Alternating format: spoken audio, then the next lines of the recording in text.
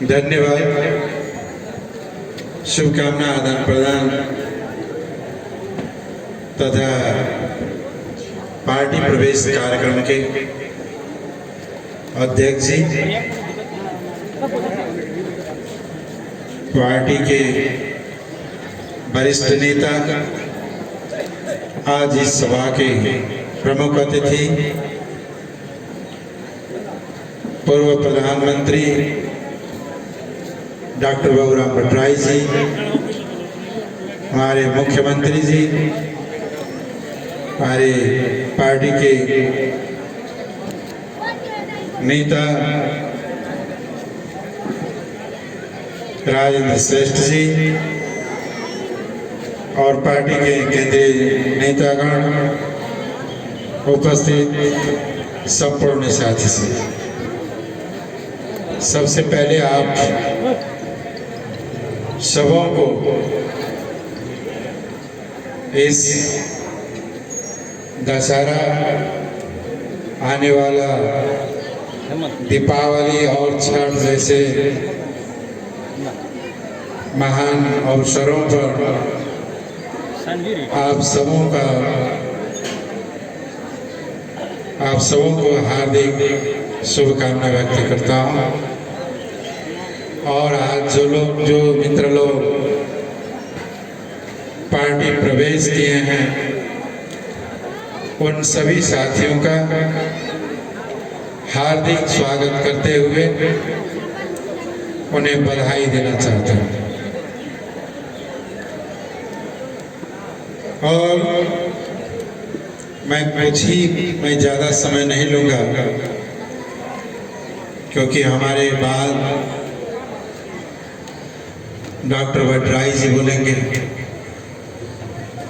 और उनके बातों को भी सुनना है। मैं एक दो बात को रखना चाहूँगा। सबसे पहले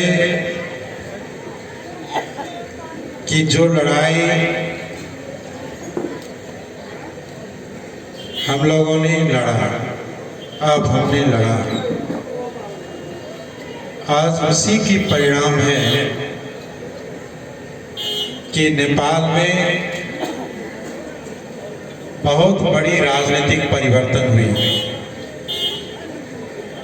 आज मुल्क में गणतंत्र की स्थापना हुई, आज मुल्क में संघीय प्रणाली की स्थापना हुई, आज मुल्क में धर्मनिरपेक्षता की स्थापना हुई, आज मुल्क में समावेशी लोकतंत्र की बातें आगे बढ़ी, आज मुल्क में मौलिक हक और जो नागरिक स्वतंत्रता है, इन अधिकारों का प्राप्ति संभव नहीं होता अगर इस देश में आप अगर संघर्ष न किए होते और यहाँ के सपूत अगर बलिदान न दिए होते तो इतनी बड़ी परिवर्तन नहीं होती। इस मुल्क में सशस्त्र विद्रोह हुआ, जन आंदोलन हुआ और ऐतिहासिक मधेश जन विद्रोह के बावजूद ही यह परिवर्तन संभव हुआ। इन परिवर्तन के साथ साथ और भी बहुत सारे अधिकार हमें पाना बाकी है और हमारी लड़ाई अभी खत्म नहीं हुई है। स्वरूप बदला है, तौर तरीके कुछ समय के लिए बदला है। अभी भी हमें अपनी पहचान की मान्यता नहीं मिली है। हमें भी अभी इतनी बड़ी जनसंख्या है, लेकिन उनका प्रतिनिधित्व आपको न्यून मात्र है। जो मधेश आंदोलन के दौरान समझौता हुआ, कुछ कोटा है, बस उतना ही भर रहा गया। आज भी संघीय प्रणाली एक पैदा तो हुआ, लेकिन वो अधिकार विहीन है। आज भी मधेशियों के साथ थारुओं के साथ, मुस्लिमों के साथ, दलितों के साथ, महिलाओं के साथ, आदिवासी जनजातियों के साथ, जो अत्यंत विपन्न तबके के वर्ग हैं उनके साथ आज भी वही भेदभाव है जो सैकड़ों वर्ष से यहाँ चले आया है। इसे खत्म करना है और अपनी पहचान के साथ साथ अपना प्रतिनिधित्व भी अपनी जनसंख्या के आधार पे हमें भी बराबर का प्रतिनिधित्व की लड़ाई अभी बाकी है, क्योंकि वो नहीं मिला है। इसलिए जो मिला है उसे बचाना है, क्योंकि जो सरकार में बैठा है एक कम्युनिस्ट की सरकार है, कम्युनिस्ट की नहीं, कम्युनिस्ट की। ये चाहिए वास्तव में जो निरंकुश मानसिकता, एक नस्लवादी मानसिकता का जुड़वा भाई ही बैठा हुआ है और वो चाहता है कि जो अधिकारें मिली है, जो परिवर्तन हुआ है, इसे समाप्त कर दें, फिर मुल्क को जो है पीछे धकेलने का प्रयास करें। इसलिए इसे जो अधिकार लड़के लाया गया है उसे बचाना है और जो बाकी अधिकार रहा है उसके लिए संगठित होकर शक्ति का निर्माण करके फिर से लड़ना है और बाकी को लेकर आना है, तभी हम जाकर के वास्तव में अधिकार संपन्न होंगे। इन्हीं कारणों से हमने देखा कि मधेश की लड़ाइयां हमने लड़ी और कुछ सफलता भी हासिल हुई, लेकिन आगे की यात्रा देश की केवल मधेसी शोषित पीड़ित तो हैं वो लड़ेंगे ही, लेकिन अन्य भाग में जो शोषित पीड़ित लोग हैं वो क्या करेंगे? अन्य भागों में जो अधिकार, पहचान और अवसर और न्याय की लड़ाई लड़ रहे हैं उन्हें क्या करेंगे? उनको कांग्रेस कम्युनिस्टों के घर से नहीं छोड़ा जा सकता है। इसलिए हमने कहा कि आओ और हम मिल के आगे बढ़े। और उसी दौरान हमारे आदरणीय नेता अशोक राय जी के और यहाँ राजन जी बैठे हैं, संघीय समाजवादी पार्टी थी, उनके साथ मधेसी जन अधिकार फोरम का एकीकरण हुआ और संघीय समाजवादी फोरम नाम की पार्टी आगे बढ़ी और मधेश से, इस प्रसार से हम लोगों ने वहां सोलू खुम्बो से लेकर के वहां जुमला हमला तक अपने झंडा को फहरा तो दिया और तमाम जगहों पे हमारी संपर्क बढ़ी। लेकिन फिर भी हमने देखा कि अब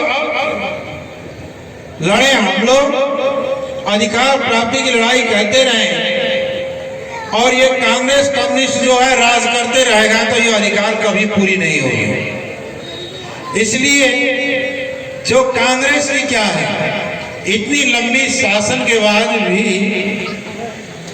परसा के करीब अधिकांश गांव में मैं गया हूं, कहीं भी रास्ता तक दुरुस्त नहीं है, कहीं स्कूलें भी दुरुस्त नहीं है।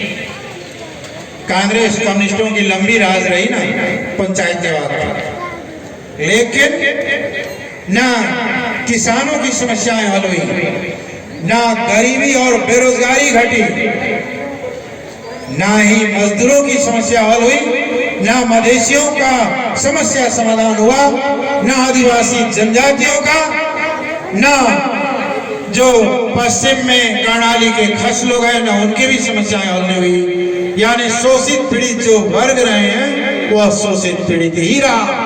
इन्हें हक दिलाने के लिए जो है और बड़ी ताकत के साथ इनको सिंह दरबार से घसीट करके बागमती किनारे में बैठा देना है और वहां मधेसियों को, जनजातियों को, मुस्लिमों को, थारुओं को, दलितों को और जो है जो परिवर्तनकारी शक्तियां हैं उन्हें बैठाना है, तभी यह सार्थक होगा।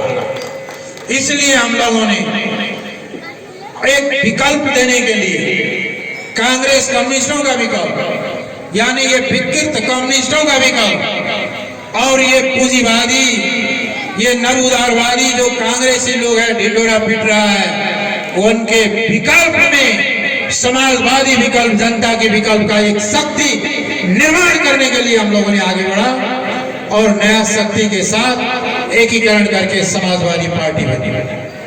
फिर भी मधेश में हम लोग दो भागों में बटे रहे। तब हम लोगों ने कहा जो मधेश तो हमारी क्या बोलते हैं, घर का जो जग होता है, फाउंडेशन जग जिसपे खड़ा होकर घर बनता है, वो जग है मधेश। यही दो टुकड़ा रहेगा तो फिर बाहर से कैसे लड़िएगा। तब हम लोगों ने समाजवादी पार्टी और राष्ट्रीय जनता पार्टी को एकीकृत करके आज जनता समाजवादी पार्टी का निर्माण किया गया। आज मधेश की सभी शक्तियों का जोड़ते हुए एक ताकत बनाएं और पहाड़ हिमालय की शक्तियों को इसमें जोड़ करके देश की सबसे बड़ी ताकत निर्माण करने के लिए हम लोग आगे बढ़े। इसी आवश्यकता के हेतु जो है आज जनता समाजवादी पार्टी आपके बीच में काफी आरोह और अवरोह के बाद आज यहाँ आए हैं। आज हम सिर्फ मधेश में नहीं हैं, आज हम हिमालय और पहाड़ में भी हैं। भले ही ताकत हमारी मधेश में है, इस ताकत को मजबूत करते हुए वहां जो लड़ रहे हैं शोषित पीड़ित वर्ग, हमें उन्हें भी बल देना है और उनकी लड़ाई और अपनी लड़ाई को जोड़ करके देश के शोषित पीड़ित जनता को मुक्ति दिलाना ही है। इस संकल्प के साथ आज जनता समाजवादी पार्टी आगे बढ़ रही है। बहुत लंबी क्रांति में सशस्त्र विद्रोह और बहुत ही भयंकर संघर्ष से उस संघर्ष का नेतृत्व करनिहार आज डॉक्टर बाबूराम भट्टराई हमारे साथ हैं। बहुत लंबे राजनीतिक अनुभव के व्यक्ति मोहन ठाकुर जी हमारे साथ हैं और अशोक राय हमारे साथ हैं, राजेंद्र जी हमारे साथ हैं, बहुत सारे क्षेत्रों के लोग आज हमारे साथ हैं। और डरने की बात नहीं है। अब हम लोग एक धक्का मारेंगे तो सड़ा हुआ दीवार ढह जाएगा और नई व्यवस्था, नई प्रणाली का शुरुआत होगा, जिसे हमने कहा है संघीयता, सुशासन और समृद्धि और समाजवाद का दौर है। आज हमारी दूसरी लड़ाई है सुशासन की, यानी भ्रष्टाचार, कमीशन तंत्र और लूट तंत्र अगर खत्म नहीं हुआ तो देश विकास नहीं करेगा। बहुत सारे गांव के लोग कहते हैं, आप लोग भी कहते होंगे भाई, पंचायत को हमने देखा, हमारे बुजुर्ग लोग बैठे हैं आप यहाँ पर, आप लोगों ने पंचायत शासन देखा, राजा का शासन देखा, बहुदलीय व्यवस्था देखा, आज गणतंत्र देखा। क्या अदालत में घूसखोरी बंद हुआ? क्या सरकारी कर्मचारी आपकी सेवा करते हैं? क्या कार्यालय में या जहां भी जाते हैं आप सहज रूप से आपका कार्य होता है? पहले से ज्यादा बढ़ गया है। काफी लोग कह रहे हैं पहले तो छुप छुप के टेबल के नीचे से जाता, अब तो ऊपरे से जाता है। इसके लिए हम लोगों ने नहीं लड़ी थी और इसे खत्म करना होगा।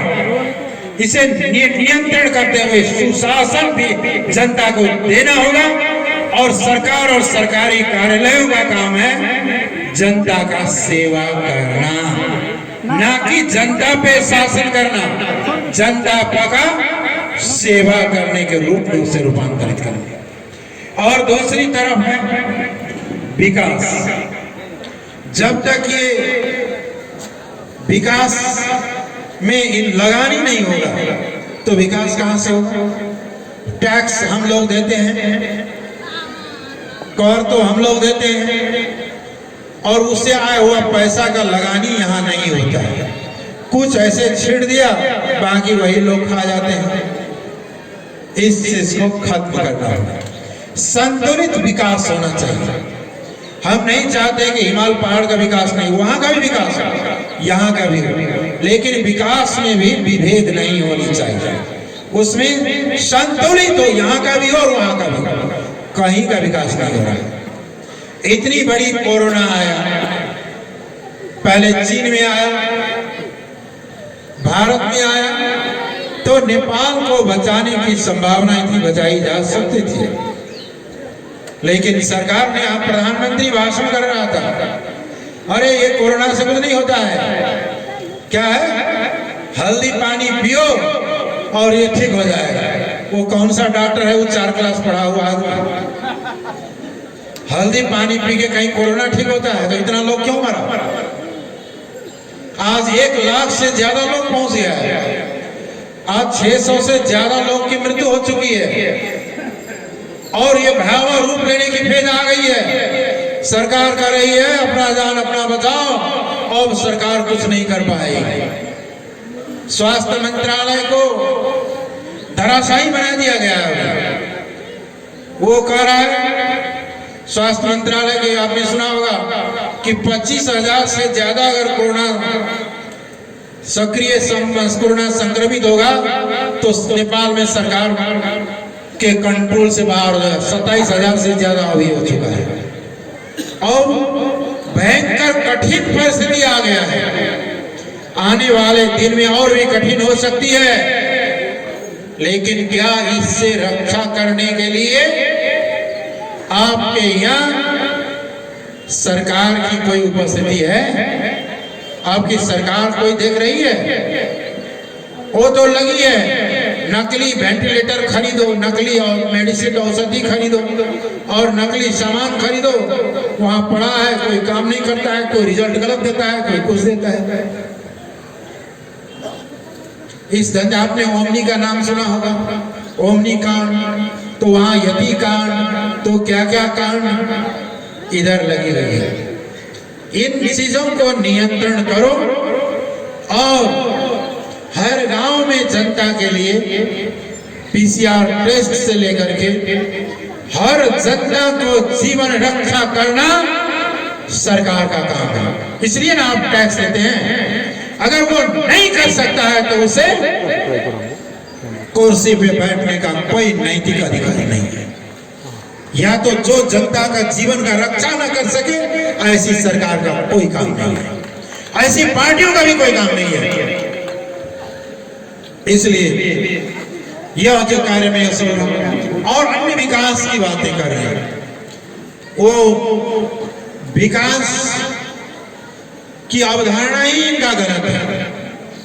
जब तक हम लोगों ने कहा कि विकास का शुरू करो गांव से, गांव के किसान को पूछो क्या चाहिए, विकास में क्या चाहिए, सिंचाई चाहिए, मल खाद चाहिए, बीज चाहिए समय पर, तो देश तरक्की करेगा ना। किसान ही तो देश बनाएगा ना, तरक्की करेगा ना। लेकिन कृषि के क्षेत्र में घोटाला के सिवा कुछ नहीं है। अभी तो खाद ला ही रहा है, धान पकना भी शुरू हो गया, वो खाद आ ही रहा है। किधर है खाद आया हुआ, पक जाने के बाद छिड़कने से होगा। ऐसी गरिमार व्यवहार। विकास की सबसे बड़ी आधार होती है शिक्षा और स्वास्थ्य, शिक्षा, स्वास्थ्य और कृषि। शिक्षा को तो धराशायी बना दिया है। इस देश में कोई भी ऐसा सरकारी विद्यालय नहीं है, सरकारी कॉलेज मुझे नहीं दिखाई दिया जिसमें स्तरीय अच्छी शिक्षा मिले और सबको मिले। तो फिर विकास कैसे होगा? जब बच्चे शिक्षित होंगे, उसके पास नॉलेज होगा, तो वो विकास करेगा। शिक्षा को धराशायी कर दिया। सरकारी अस्पतालें की हाल आप जानते ही हैं। शिक्षा, स्वास्थ्य, कृषि, जिस देश में बर्बाद हो वह देश कभी तरक्की नहीं कर सकता। और आज तक कांग्रेस कम्युनिस्टों ने इन्हीं को बर्बाद किया, इसके अलावा क्या किया? इसलिए देश को बनाने के लिए अब नई शक्ति की आवश्यकता पड़ी और उस आवश्यकता के लिए ये जो है जनता समाजवादी पार्टी का निर्माण किया गया। कांग्रेस लोग, कुछ कम्युनिस्ट के कुछ छोट भैया लोग कहीं कहीं भाषण कर रहे थे कि कल फोरम था, मधेश के लिए लड़ता था, आज तो मधेश का मुद्दा ही छोड़ दिया है। तो मैंने कहा कि कांग्रेस क्यों रोता है इसे, कांग्रेस उठा के लेके चले। तो नहीं, वो नहीं ले जाएगा। हमने कल भी मधेश की मुद्दा को नहीं छोड़ा, आज भी नहीं छोड़ेंगे और जब तक मधेश पूरा अधिकार संपन्न नहीं हो जाएगा तब तक लड़ते रहेंगे। अगर कोई ये सोचता है कि मुद्दा छोड़ दिया तो उसकी बहुत बड़ी भूल और बहुत बड़ी गलती होगी। ये मुद्दा ना छोड़ेंगे, ना छोड़ा है, ना छोड़ने वाला है। ये इसके लिए लड़ाई लड़ेगी।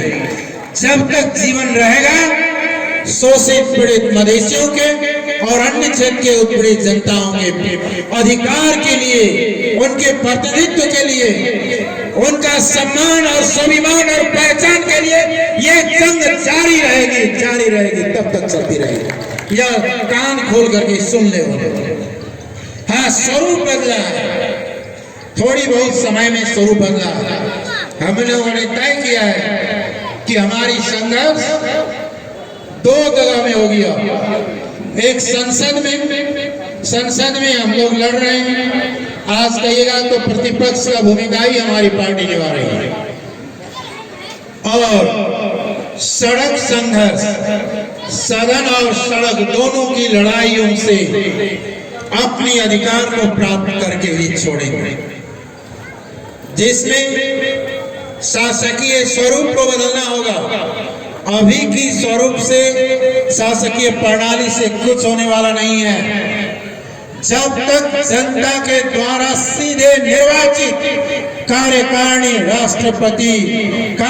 राष्ट्रपति सीधे जनता से द्वारा निर्वाचित नहीं होगा तो ये पुराने विकृति और विसंगतियां का खात्मा नहीं होगी।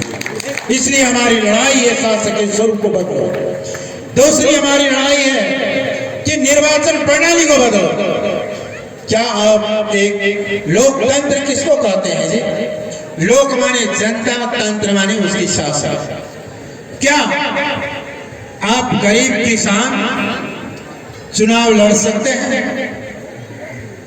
लड़ सकता है, जीत सके? एक वार्ड में कितनी खर्च होती है? एक संसद में कितना खर्च होता है? दुनिया के महंगी निर्वाचन प्रणाली दुनिया के दरिद्रतम गरीब मुल्कों में शोभा नहीं देती है।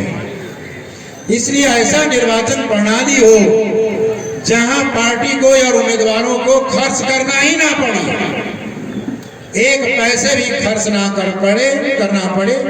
अगर जनता का सेवा कर रहा है तो एक रिक्शा चलाने वाला, ठेला चलाने वाला और लंगोटी लगा के खेत जोतने वाला का बेटा भी या जोतने वाला भी इस देश का प्रधानमंत्री बन सके, राष्ट्रपति बन सके।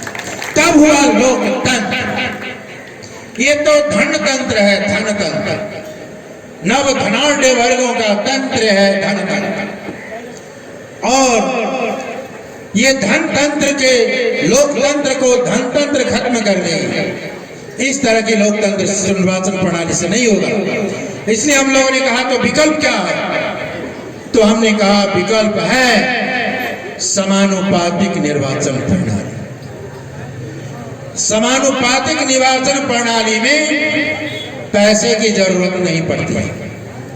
आप जो पार्टी अच्छी काम करेंगे उसको मोहर मारेंगे।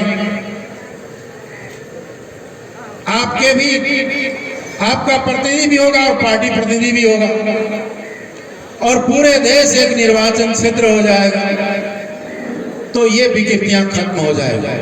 इसलिए हमारी अगली पड़ाव है समानुपातिक निर्वाचन प्रणाली और जनता द्वारा निर्वाचित प्रत्यक्ष कार्यकारिणी राष्ट्रपति प्रणाली मिलेगी।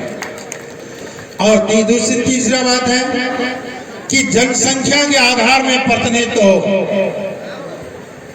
आज भी हमारी जनसंख्या बहुत ज्यादा है लेकिन हमारी प्रतिनिधित्व तो नाम मात्र की है। आज सिंह दरबार में जाएंगे तो वहां आपका जान पहचान का, आपका बिरादरी का एक भी सचिव नहीं मिलेगा। आप जाएंगे विभिन्न सेक्टरों में, ब्यूरोक्रेसी में, तो वही मधेश आंदोलन के दौरान मिला आरक्षण में एक आध दिखाई दे तो नहीं दिखाई देगा। आज 77 जिले में कैठो सीडीओ आपके हैं, कितनी होनी चाहिए, क्यों नहीं है? आप जाएंगे सर्वोच्च में तो कितनी न्यायाधीश आपकी है, कितनी निर्वाचन आयोग में आपकी है, क्या बोलते हैं प्लानिंग कमीशन, योजना आयोग में कहां है आपका प्रतिनिधित्व? सैन्य बल में कहां है आपका प्रतिनिधित्व? ना सैन्य बल में, ना विदेशों में आपके प्रतिनिधित्व, ना योजना आयोग में प्रतिनिधित्व, ना सिंह दरबार में प्रतिनिधित्व। कुछ लोग केवल संसद में होने से नहीं होगा, हमारा प्रतिनिधित्व सभी जगह चाहिए और इस भूमि पर हमारे भूमि पुत्र का ही शासन और प्रशासन भी चाहिए। सीधी सी बात है, यही तो संघीयता है। आप बिहार में जाएंगे तो बिहार पुलिस है ना, बंगाल में जाइए तो बंगाल पुलिस है, बंगाल का अपना प्रशासन है तो बिहार का अपना है। लेकिन यहां आपका क्यों नहीं है? जब तक अपना शासन प्रशासन नहीं होता है तब तक वह दूसरे के शासन प्रशासन में रह के एक तरह का गुलामी का जीवन जीना पड़ता है। अपना स्वायत्ता स्वशासन का अर्थ ही है अपना शासन और अपना प्रशासन, यही संघीयता का मर्म है।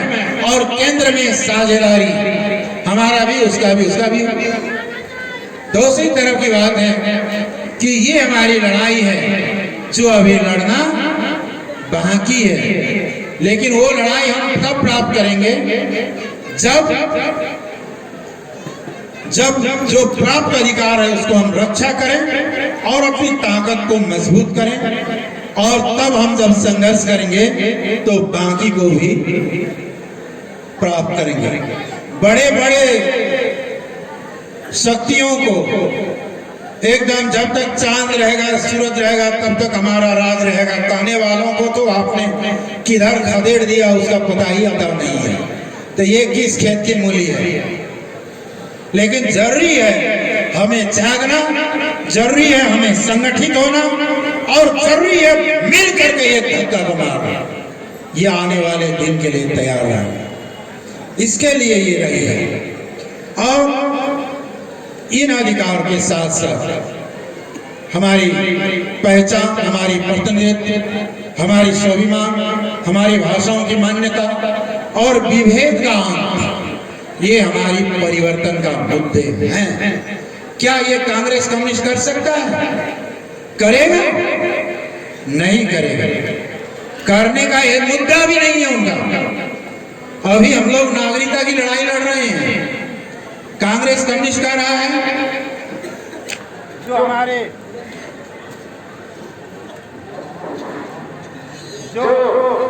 क्या हुआ? जो आपकी बहू आती है, आपके और हमारे जो हैं एक ऐतिहासिक संबंध युगों युग से, जब नेपाल भी नहीं था, भारत भी नहीं था, तब से हमारा इधर उधर का संबंध है ना। कितने पुश्ते से, कई पूर्व पुश्तों के पुरखों के संबंध है। आज की सरकार उसे तोड़ना चाहती है। कैसे? कि आप उधर से बहू लाएंगे तो उसे नागरिकता जल्दी नहीं मिलेगी, 7 साल इंतजार करना पड़ेगा, तब ये नागरिकता कांग्रेस कम्युनिस्ट देने की बात कर रहे हैं। हम लोग कह रहे हैं जो अभी चल रहा है, बहू लाते हैं, बेटी देते हैं, बेटी की नागरिकता उधर चली जाती है और बहू की नागरिकता इधर की होती है। यह बरकरार रहे, यह बरकरार रहना चाहिए। कांग्रेस कम्युनिस्ट का नहीं, ये उधर से जो बहू लाएंगे इधर से बेटियां देंगे तो इनका संबंध रहेगा। इसको तोड़ने की साजिश है जो 7 साल तक नागरिकता नहीं दी जाएगी। अगर 7 साल नागरिकता नहीं दी जाएगी तो आपको कोई बेटी देंगे इधर? नहीं देंगे ना। तो ये संबंध तो टूटता चला जाएगा। ये इतनी तक हरकत ने उठाई है। दूसरे हैं जो जिनको कल जन्मसिद्ध नागरिकता दिया, उनके संतान बड़े हो गए, उन्हें नागरिकता नहीं मिल रहा। भाई जो यहाँ पैदा हुआ है, इस देश की नागरिक का संतान नागरिक है, उसे नागरिकता से वंचित क्यों कर रहे हो? इसलिए नागरिकता दो। ये लड़ाई हम लोग लड़ रहे हैं और कांग्रेस कम्युनिस्ट लड़ाई लड़ रहे हैं कि यहाँ जितने मधेश के लोग हैं वो सब तो इंडियन है। तो भाई ये सब इंडिया का ही है, तो तुम यहाँ चुनाव लड़ने के लिए आते क्यों हो? वोट मांगने के लिए आते क्यों हो? किससे मांगने? वोट लेने के समय में नेपाली है और वोट लेके चले जाने पर जो मतदाता है वो इंडियन हो जाता है। ऐसी नकली राजनीति, नकली राष्ट्रवाद, खोखले राष्ट्रवाद को भी हमने देखा है कांग्रेस और कम्युनिस्ट के रूप में। इन्हें बदलना है, अपनी हक अपना लेना है। इसलिए हमें संगठित होना है, जागरूक होना है और आगे बढ़ना है। यही शुभकामना के साथ मैं आप लोगों से विदा चाहता हूँ। बहुत बहुत धन्यवाद। जय मधेश, जय मातृभूमि।